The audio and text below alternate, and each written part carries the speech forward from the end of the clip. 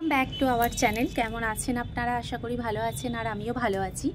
আমার নতুন আরও একটি ভিডিওতে আপনাদের সবাইকে জানাই অনেক অনেক স্বাগত। অনেক দিন প্রায় ভিডিও দিচ্ছি, আসলে ভিডিও সেরকমভাবে করা হয়নি তাই। আর আমি এখন এসেছি কিন্তু ছাদেতে, এই যে দেখুন ছাদেতে এসেছি জামা কাপড় কাচাকুচি করবো বলে, আর ভাবলাম একটু ভিডিও করি।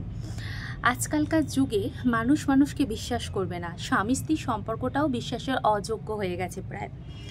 আসলে প্রেম জিনিসটা এমনই, যেটা দিয়ে মানুষের সঙ্গে সুন্দর সম্পর্ক হয়, আবার যেটার জন্য সকলের সঙ্গে সম্পর্ক নষ্টও হয়।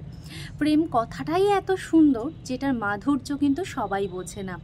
যেমন স্বামী স্ত্রীর মধ্যে ভালোবাসা অন্যরকম, একজন আইবুড়ো ছেলে বা আইবুড়ো মেয়ের মধ্যে ভালোবাসা অন্যরকম, মা বাবার মধ্যে ভালোবাসা অন্যরকম, মা সন্তানের মধ্যে ভালোবাসা অন্যরকম।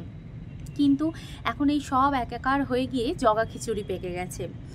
এই একটা ঘটনা আপনাদের সাথে শেয়ার করব, সেটা হলো স্বামীর সঙ্গে স্ত্রীর সম্পর্কটা কিন্তু একদম অন্যরকম, কিন্তু এমন কিছু কিছু ঘটনা ঘটছে যেটার জন্য স্বামী স্ত্রীর সম্পর্কটাকেও আজকে সন্দেহ করতে হচ্ছে।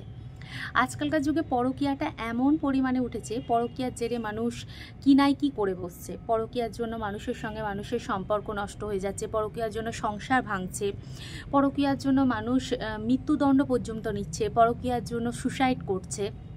এত পরিমাণ বেড়েছে, যেটা এখন সমাজে নির্লজ্জের কারণ হয়ে উঠছে। সেই রকম স্বামীর কিডনি বিক্রি করে 10 লাখ টাকা নিয়ে প্রেমিকের সঙ্গে পালিয়ে গেলাম। না, আমি না, এই ঘটনাটা ঘটেছে বেশ আমাদের কাছেই, বাপের বাড়ির কাছাকাছি এলাকাতেই ঘটেছে। তো শুনে আমার খুব খারাপ লাগছিল। এবার ঘটনাটা যখন আমি ফোনের মধ্যে দেখলাম, সেটা দেখেও আমার খুব খারাপ লাগলো। ওয়াইফটি বাড়িতে থাকাকালীন অনলাইনে একটি ছেলের সঙ্গে পরিচয় হয়, এবং সেখান থেকে ওদের মধ্যে প্রেম হয়, ভালোবাসার সৃষ্টি হয়। আর যে স্বামী, মানে মহিলাটির যে স্বামী, তিনি ছিলেন অত্যন্ত মধ্যবিত্ত ফ্যামিলির, দিন আনা দিন খাওয়া এরকম বলতে পারেন। তো তাদের মধ্যে অভাব অনটন তো কিছু ছিলই। অভাব অনটনের জন্য স্ত্রীটা একদিন তার স্বামীকে প্রস্তাব দেয় তার কিডনি বিক্রি করে সেই টাকা সমস্ত কিছু মেটাতে। কিন্তু অবশেষে স্বামীটি এতই ভোলাভালা এবং সাধারণ মানুষ, স্ত্রীর কথা শুনে কিডনি একদিকে বিক্রি করে দেয়, দিয়ে সেই টাকা স্ত্রীর হাতে তুলে দেয়।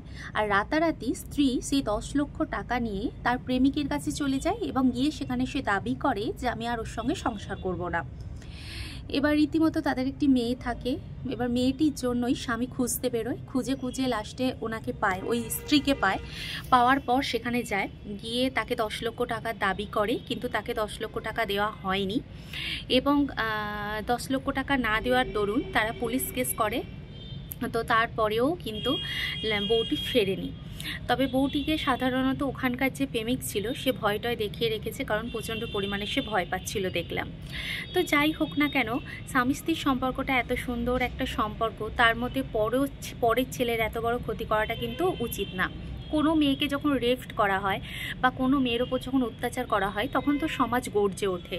কিন্তু পুরুষরাও যে এত পরিমাণ রেপিস্ট হচ্ছে, পুরুষরাও যে এত পরিমাণ, মানে সমাজের কাছে এটা রেপটি বলতে পারো, হচ্ছে, এত ধোঁকা খাচ্ছে, তাহলে তাদের জন্য কি হবে?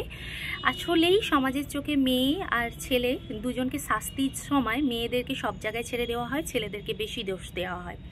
আসলে ভালো করে বিচার করে দেখতে গেলেও কিন্তু মেয়েরা অনেক পরিমাণ দোষী হয়। যাই হোক বন্ধুরা, এইসব জিনিসগুলো দেখার পর প্রত্যেকটা হাজব্যান্ডই তার ওয়াইফের ওপর থেকে বিশ্বাসটা উঠে যাবে।